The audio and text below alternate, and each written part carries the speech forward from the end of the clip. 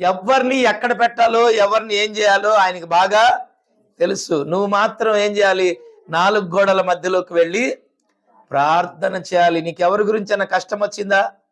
ఎవరి గురించైనా నీకు ఇబ్బందులు కలుగుతున్నాయా? ఎవరైనా నిన్ను అవమానిస్తున్నారా? ఎవరైనా నిన్ను దూషిస్తున్నారా? ఎవరన్నా నిన్ను కష్టపెడుతున్నారా? ఎవరన్నా నీ సొమ్ము తీసుకొని నీకు అన్యాయం చేశారా? నీ ద్రోహం చేశారా? నిన్ను అక్రమంగా మోసం చేశారా? నీకు ఇంకేమన్నా చేశారా?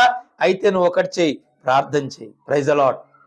న్యాయాధిపతి అయినటువంటి దేవుడు ఏం చేస్తాడు?